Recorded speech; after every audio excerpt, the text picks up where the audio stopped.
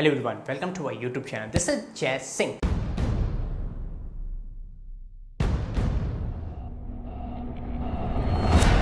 Energy system के बारे में। एनर्जी सिस्टम कहने का मतलब हमारी बॉडी में कोई भी एक्शन परफॉर्म करने के लिए कहाँ से एनर्जी मिलती है। एनर्जी मेनली कहाँ से हमको चाहिए होती है? एटीपी के फॉर्म में। एटीपी हमारे बॉडी की एनर्जी करेंसी होती है।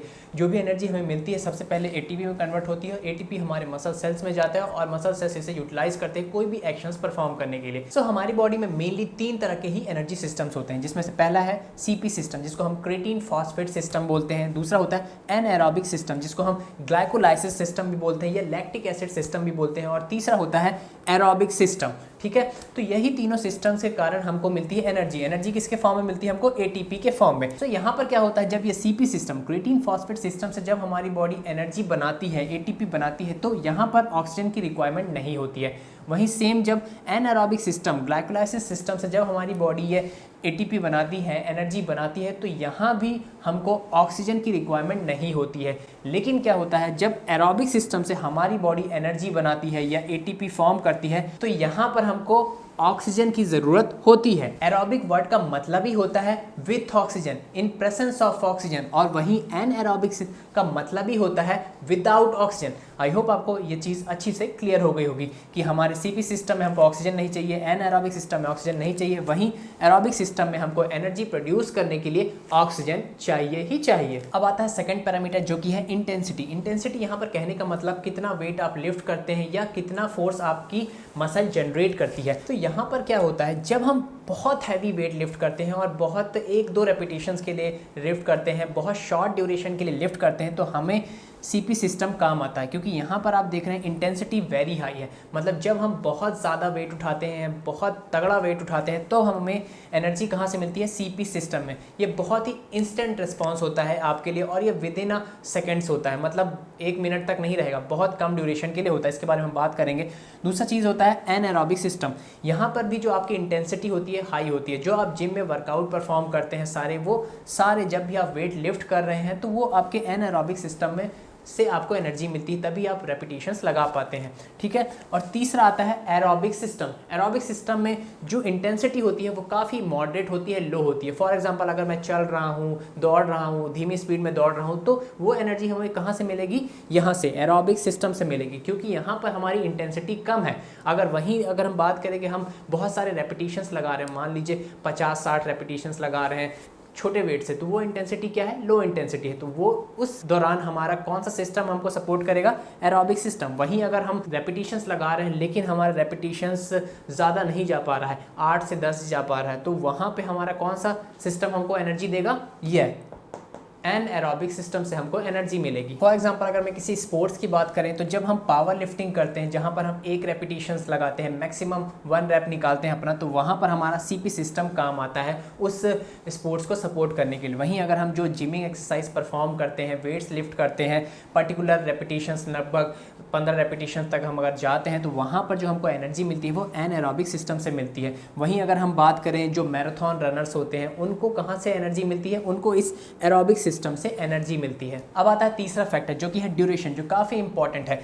अगर आपका जो स्पोर्ट्स आप खेल रहे हैं उसमें आपको जो एनर्जी सप्लाई है वो विद इन 20 सेकेंड्स अगर ही चाहिए, तो यहाँ पर आपका सीपी सिस्टम काम आता है। फॉर एग्जांपल, अगर आप 100 मीटर की स्प्रिंट्स लगाते हैं, 100 मीटर की दौड़ में पार्टिसिपेट करते हैं, तो वहाँ पर आपको जो एनर्जी चाहिए होती है वो आपको सीपी सिस्टम से मिलती है, क्योंकि वहाँ पर आपको एनर्जी एकदम क्विक चाहिए। और आपकी 100 मीटर की रेस कितनी जल्दी कवर हो सकती है? 10 सेकेंड, 12 सेकेंड, 15 सेकेंड में आप कवर कर सकते हैं। ठीक है, तो यहाँ पर आप देख रहे हैं अंडर 20 सेकेंड ही आपको यह सीपी सिस्टम सपोर्ट करता है। जैसे कि मैंने पावर लिफ्टिंग का एग्जांपल बताया, पावर लिफ्टिंग में आपको 1 रेपिटेशन ही लगाना पड़ता है, मैक्सिमम 1 रेपिटेशन आपको चाहिए, तो वहां पर भी आपको ये सीपी सिस्टम काम आता है। सीपी सिस्टम से ही आपको एनर्जी मिलती है। अब आता है हमारा एनएरोबिक सिस्टम।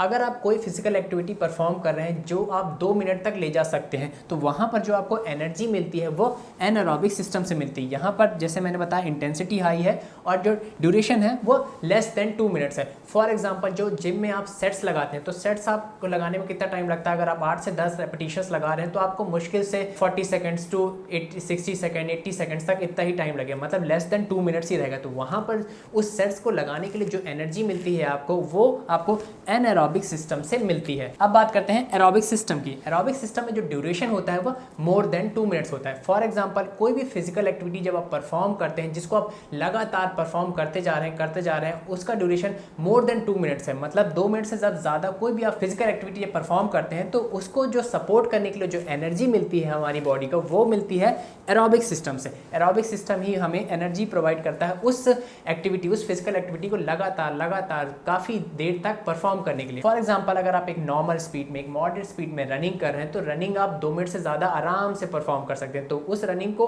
परफॉर्म करने के लिए जो एनर्जी चाहिए, 2 मिनट से ज़्यादा की रनिंग को परफॉर्म करने के लिए जो एनर्जी चाहिए, वो हमको मिलती है इस एरोबिक सिस्टम से। रनिंग का एग्जांपल दिया तो यहाँ पर अगर आप मैराथन रनिंग पे पार्टिसिपेट करते हैं तो जो मैराथन रनिंग को सपोर्ट करने के लिए जो हमारी बॉडी एनर्जी लेती है, वो एनर्जी हमको एरोबिक सिस्टम से ही मिलती है। जो अभी तक हमने सीखा, अगर मैं उसको 2 लाइन में समराइज करूँ तो वह 2 लाइन होंगी। एरोबिक एनर्जी सिस्टम वह होता है जहाँ पर हम लो इंटेंसिटी वर्कआउट परफॉर्म करते हैं और वो उस वर्कआउट का जो ड्यूरेशन होता है वो लंबा होता है। फॉर एग्जाम्पल अगर आप रनिंग कर रहे हैं नॉर्मल स्पीड में और काफ़ी देर तक कर रहे हैं, 5 मिनट कर रहे हैं, तो वो एरोबिक एक्सरसाइज होगी।